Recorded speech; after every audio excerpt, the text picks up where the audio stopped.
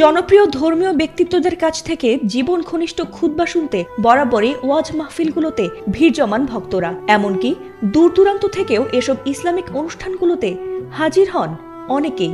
আর শীতের সন্ধ্যা বা রাতগুলোতে যেন কোরআনের মাহফিলগুলো বেশ জমে ওঠে।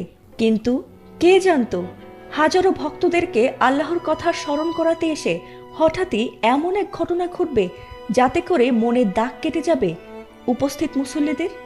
আর সেই মর্মান্তিক ঘটনার ভিডিও এবার ছড়িয়ে পড়েছে সামাজিক মাধ্যমগুলোতে।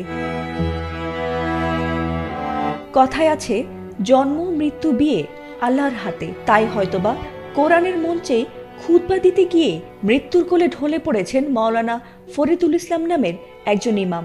ঘটনাটি ঘটেছে গাইবান্ধার গোবিন্দগঞ্জ উপজেলার বালুয়া গ্রামে। রোববার সেখানে ইউনিয়নের চরবালুয়া গ্রামের একটি জামে মসজিদের উদ্যোগে আয়োজিত কুরআন মাহফিলের তৃতীয় বক্তা হিসেবে বয়ান শুরু করেছিলেন তিনি। কিন্তু কিছুক্ষণ পর হঠাৎই স্ট্রোক করে মঞ্চেই হাজারো মুসল্লিদের সামনে মৃত্যুর কোলে ঢলে পড়েন তিনি।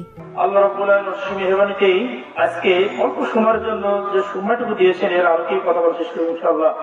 ভাইরাল হওয়া ভিডিওতে দেখা গেছে স্বাভাবিকভাবে ওয়াজ মাহফিলের মঞ্চে বক্তব্য দিচ্ছিলেন মাওলানা ফরিদুল ইসলাম। এ সময় ঈমান আখলাক নিয়ে স্বাভাবিকভাবেই ওয়াজ করছিলেন তিনি।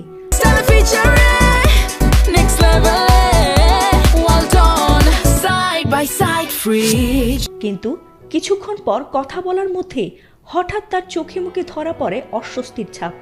এরপর ওয়াজ থামিয়ে দেন তিনি। আর তার খানিকক্ষণ পরেই হঠাৎ করে অচেতন হয়ে সামনের দিকে লুটিয়ে পড়েন তিনি। এ ঘটনার পর তাকে তাৎক্ষণিকভাবে হাসপাতালে নিয়ে যান স্থানীয়রা। এরপর চিকিৎসাধীন অবস্থায় সোমবার ভোরে তিনি মৃত্যুবরণ করেন। জানা গেছে, তিনি একাধারে মহিমাগঞ্জ আইডিয়াল একাডেমিক স্কুলের ধর্মীয় শিক্ষক এবং স্থানীয় ঘোষপাড়া জামে মসজিদের পেশ ইমাম ছিলেন। এমনকি তার 2.5 বছর বয়সী এক ছেলে সন্তানও রয়েছে। কিন্তু সবকিছুকে পেছনে ফেলে মাত্র 35 বছর বয়সেই বয়ানরত অবস্থাতেই আল্লাহর কাছে পাড়ি জমিয়েছেন এ ধর্মীয় বক্তা। এদিকে মাহফিলের অনুষ্ঠান ও ধর্মীয় প্রতিষ্ঠানগুলো তার মৃত্যুতে গভীরভাবে শোক প্রকাশ করেছে। এমনকি তার সেই ওয়াজের ভিডিও দেখে তার আত্মার প্রতি মাগফিরাত কামনা করেছেন নেটিজেনরাও। ফাতিমা সুলতানা, এটিএন বাংলা।